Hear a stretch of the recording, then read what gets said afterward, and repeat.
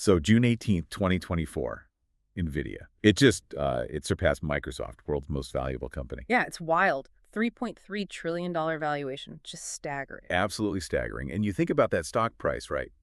Tripled in the last year. Uh-huh. And that stat, if you put $10,000 back at the IPO in 99. Oh, yeah, the $13.2 million number by end of 2023. Wow. It's almost unbelievable. It really puts it in perspective. It really does. And you look at that, and it seems like this sudden explosion may be just an AI boom thing. Right, but it's not, is it? I mean, that's the fascinating part. This is 3 decades in the making. Exactly. 30 years of, well, sheer will, strategic shifts, surviving near-death moments more than once. And this whole philosophy they have, the NVIDIA Way, it's not just branding. It seems core to how they operate. That's what we want to unpack today in this deep dive. How did this happen? It's not just one lucky chip design. This whole foundation, this set of ideas championed by Jensen Huang, their CEO. Yeah, how did he build a company that could be so resilient, so innovative, time and time again? And how did they keep reinforcing those core ideas? That's the real question. So, Jensen Huang, given where NVIDIA is now, you might picture, I don't know, a very standard background. But his early life was different. Oh, absolutely different. Born in Taiwan, sent to the U.S., his parents thought they were sending him to a prep school in Kentucky. Right. But it wasn't a prep school. No, not at all. It was a reform school, a really tough environment, strict routines, chores. Yeah. He talked about cleaning bathrooms, saying, you can't unsee that kind of stuff. Wow. Plus, bullying. He had to toughen up fast, made friends with this older roommate, tattooed guy, taught him weightlifting. It built this incredible resilience, this street fighter mentality, as it's been called. You can really see the seeds of that sheer will being planted right there, that tolerance for discomfort. Definitely. He said himself, I don't get scared often. I don't worry about going places I haven't gone before. That came from somewhere. But it wasn't just toughness, right? There are other things, like focus. Yeah, the table tennis story. He was nationally ranked, but lost a big tournament in Vegas because he got distracted. The bright lights. Exactly. He said he never forgot that feeling, regretting the lack of focus. It hammered home discipline for him. And then there's Denny's. Seems almost mundane, but so formative. High school, college summers, washing dishes, bussing tables, waiting tables. He called it his Denny's University. I like that. He learned how to handle chaos, pressure, communicate, fix mistakes, and crucially, to take pride in doing any job well. He claimed he was the best dishwasher they ever had. That drive for excellence, even in washing dishes. That's the key takeaway, I think. Highest standards, always.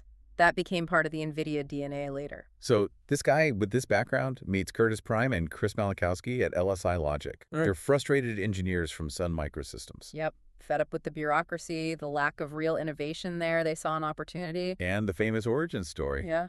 Back at Denny's, right? You got it. Denny's again. One bottomless coffee. 4 hours of planning. Classic startup stuff. Jensen was hesitant at first, though. He had a good job. He did. He grilled them. Can you hit $50 million in sales? He needed proof. But he also saw the potential, especially in video games. He grew up with them. So what pushed them over the edge?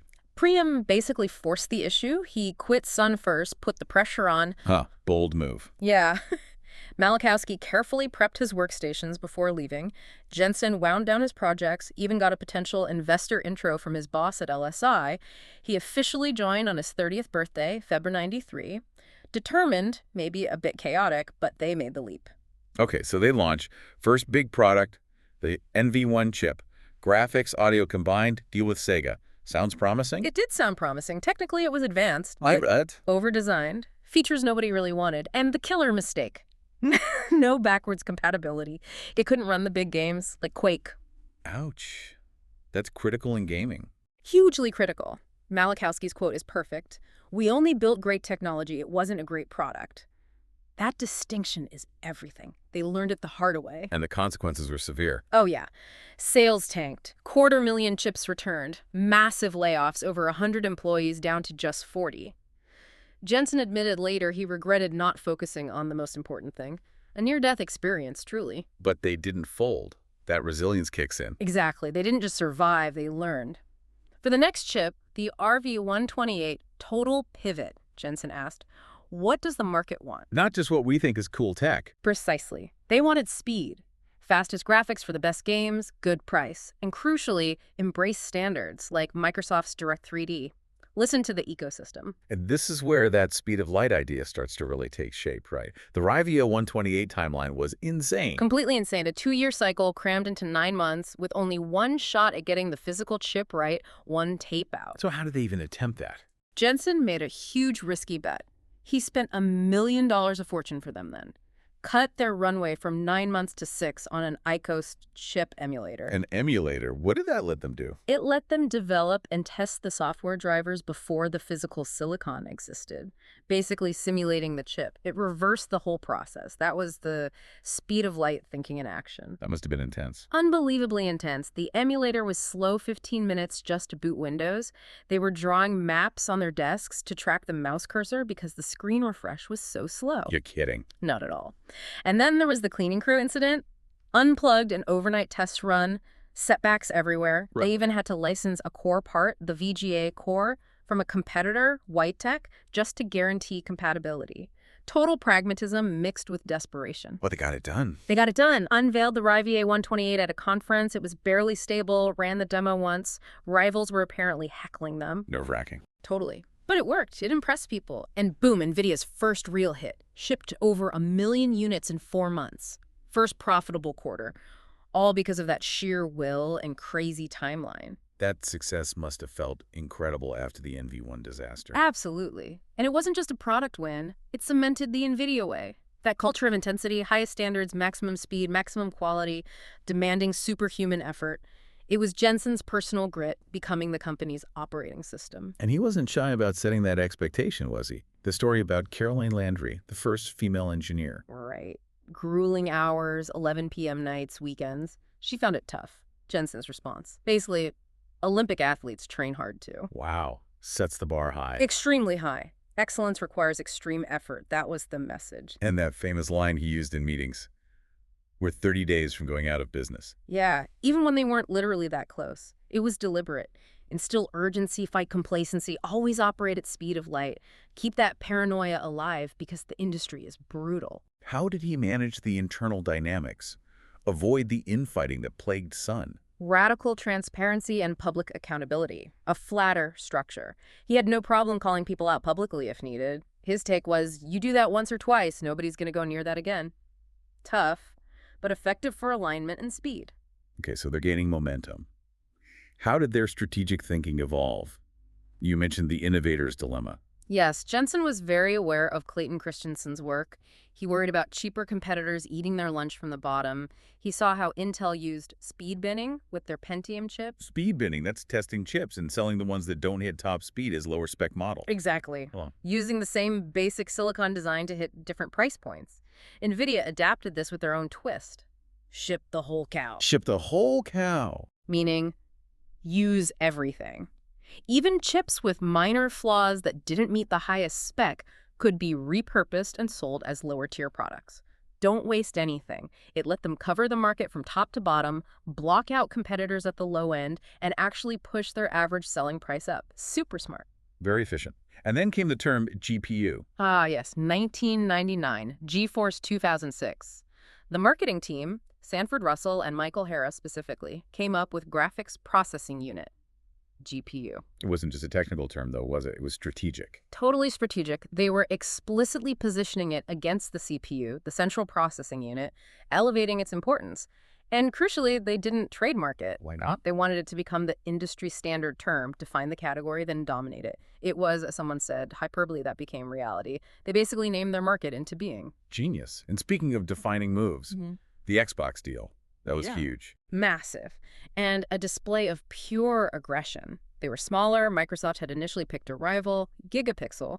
But Jensen and his sales director, Chris Diskin, just wouldn't give up. Late nights, constant pitching. What swung it for them? Reputation for quality, apparently, and developers found their tech easier to work with. Plus, they secured a $200 million upfront payment for R&D. Bill Gates himself signed off on it. $200 million up front. Yeah, that locked Microsoft in and probably saved NVIDIA from the fate of Gigapixel, which didn't survive. It showed that go-for-it mentality again. This relentless drive seems key.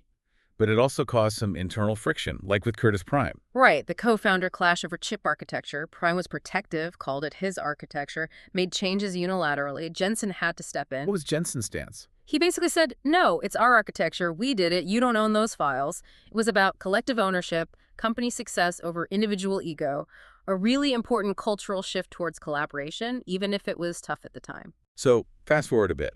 The AI era starts brewing, but it wasn't exactly planned from the start, was it? Not directly, no. It was more accidental discovery. Around 2002, researchers started realizing they could use the programmable parts of NVIDIA GPUs, the shaders, meant for graphics for other stuff. Like what? Like heavy-duty math, matrix multiplication, things central to scientific computing. They were hacking the GPUs, basically, and getting huge speed-ups. David Kirk, NVIDIA's chief scientist, admitted they kind of stumbled onto this general-purpose computing potential. So NVIDIA saw this and created CD. Yep, CDA was their move to make this easier, to create a proper platform for programming GPUs for non-graphics tasks. But it wasn't an instant hit. It struggled. Yeah, Kirk even ended up teaching a university course and co-writing a textbook on it because, as he said, nobody knew how to program in CDA, nobody wanted to hear it. He was hitting a wall. Persistence was key again. What was the turning point for CDA? A program called Ambir, used for protein simulations. A researcher, Ross Walker, showed you could run it 50 times faster on cheap, consumer-grade NVIDIA GeForce cards compared to expensive supercomputers. Wow, democratizing science. Exactly. Now, NVIDIA maybe hoped people would buy their pricier Tesla cards for this, but Walker proved the regular gaming cards worked great. It highlighted CDA's power, even if it created some internal tension about product tiers. And then came the AI Big Bang, the cat photo story. Right, Google Brain, 2012. Andrew Ng's team used 2,000 CPUs to train a network to recognize cats on YouTube, a huge computational effort. What? NVIDIA's Bill Daly basically said, hold my beer, GPUs can do that better. And Brian Catanzara's team proved its same result, just 12 NVIDIA GPUs. 12 instead of 2,000. Yeah. That was the spark. It showed the massive parallel processing power of GPUs was perfect for deep learning. And AlexNet cemented it. Absolutely. Same year, 2012 ImageNet competition. University of Toronto team uses NVIDIA GPUs for their AlexNet model. Blows the competition away with 85% accuracy on image classification, using just a few $100 worth of gaming GPUs. That event indelibly linked NVIDIA and AI. It feels like Jensen was ready for this moment, even if the initial discovery was accidental. He totally was. Decades of building technical depth, that intense culture, it allowed them to pivot hard towards AI. He immediately started investing heavily things like FP16 support for faster AI math, specialized tensor cores built right into the silicon for their Volta chips. Tensor cores? Yeah, think of them as specialized mini engines inside the GPU just for the kind of math AI needs. He saw AI wasn't just a feature, it was the future, the biggest market expansion in decades. And he refocused the company with that speed of light urgency all over again. And that massive early investment in CDA paid off massively here. Hugely. That became their moat. AI developers flocked to NVIDIA because CA was mature, stable, optimized. The tools were there. Like Amir Salek said, the moat is CUDA. It's a testament to long-term investment building a defensible advantage. Strategic acquisitions played a role too, right? Like Mellanox. Definitely. Funnily enough, the hedge fund Starboard Value was involved there. They had invested in NVIDIA earlier, impressed by Jensen, pushed for buybacks. Then they took a stake in Mellanox, which made high-speed networking gear. And Jensen saw the connection. He saw that massive AI workloads and data centers needed incredibly fast networking to connect all those GPUs. So NVIDIA bought Mellanox for $6.9 billion in 2019. People now call it one of the best tech acquisitions ever. Even Starboard's founder regretted selling their NVIDIA stake, shows Jensen's knack for seeing the whole system, not just the chip. Okay. Let's talk about his leadership style now as the company scaled. The tortured into greatness idea sounds intense. It is intense. As NVIDIA grew, Jensen apparently ramped up the direct public criticism in meetings. His justification is basically, feedback is learning. And why should only one person learn from a mistake? The whole company should learn. So it's about organizational learning, not personal embarrassment. That's the stated goal. We're not optimizing for not embarrassing somebody. We're optimizing for the company learning. It's a deliberate strategy to fight complacency, constantly pushing for improvement. It's that tough love thing again, scaled up. And this works partly because of the flat structure. 60 direct reports sounds unmanageable. It sounds crazy, right? But the idea is it forces direct communication, alignment. He manages by setting strategic direction, not by micromanaging tasks. It empowers people lower down and speeds things up because information flows directly. And the top 5 emails contribute to that flow. Absolutely. Every employee sending our top 5 priorities, observations, challenges directly to Jensen, daily or weekly. He reads hundreds, apparently, often late Sunday nights. Really? You read them all? That's the legend. Looking for weak signals, patterns, insights from the front lines. It lets him react super fast, like boosting investment in the Rapids library for machine learning after seeing it pop up in multiple emails. Direct data feed from the entire org. Instead of PowerPoints, he prefers whiteboarding. Hates static presentations, loves real-time problem solving on a whiteboard, engaging directly, reasoning through things with the team. It's also a way he develops people, showing them how he thinks through problems. Very hands-on, very dynamic. That culture seems key to attracting and keeping talent, too. Totally. They're aggressive poachers, not just individuals, but whole teams from rivals. There's a story about getting 51 out of 54 engineers from a competitor's office in India on day 1. Wow. How did they convince them? David Kirk's pitch was basically, come work at NVIDIA, you'll work with 20 other top architects on world-changing projects with almost unlimited resources. It's the mission, the challenge, the caliber of colleagues. Plus, Jensen's deep technical knowledge and engagement foster loyalty. It's more than just money. So, back to the innovator's dilemma. How has NVIDIA avoided being disrupted itself, especially in its core graphics market? By constantly innovating ahead of the curve.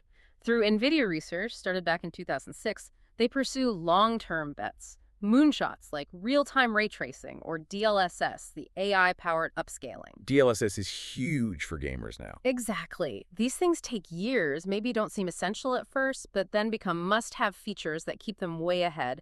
They balance the relentless short-term execution with long-term R&D investment.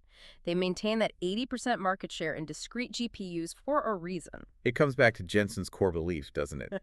Engineering over short-term financials. Always. Innovative engineering matters far more than financial metrics. Keep investing in R&D, even if it hits the bottom line temporarily, because if you don't invest, you'll be out of business soon. That's the fundamental difference from maybe some competitors who prioritized quarterly profits over generational shifts, is that long-term vision consistently applied. It really is remarkable. The whole story, it's not just chips. It's this relentless application of core ideas driven by Jensen's own philosophy, his ability to connect, to maintain consistency across a huge company. Yeah, the NVIDIA way really does seem to be Jensen's way. That sheer will, forged early on, translated into a corporate culture. From Denny standards to speed of light execution, learning from failure like NV1, strategically creating markets like the GPU, building the CUDA moat for AI, and always, always prioritizing innovation. So the final thought for you listening, as you face your own hurdles, think about it. What are your core principles, the ones you come back to again and again? And how could that kind of relentless focus, that sheer will, help you tackle whatever's next?